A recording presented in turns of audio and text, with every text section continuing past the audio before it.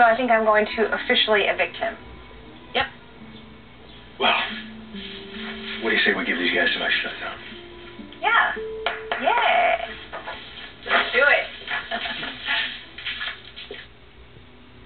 This is another variety of woodpecker. Kind of in between the smallest and the largest. He's been really hard to get. He's very, very spooky. He's got a red head. He's got a little red just at the back of his beak also. Beautiful colors. Stay there, bud. There you go.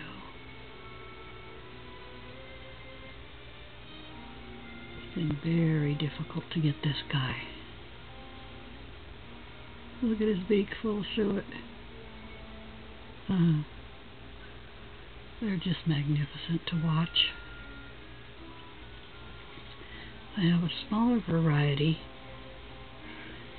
that is similar to this, but about half his size.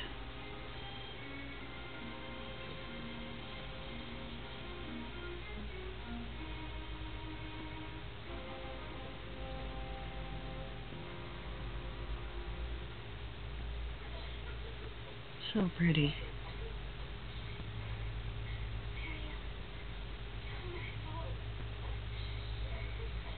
He is like ever vigilant.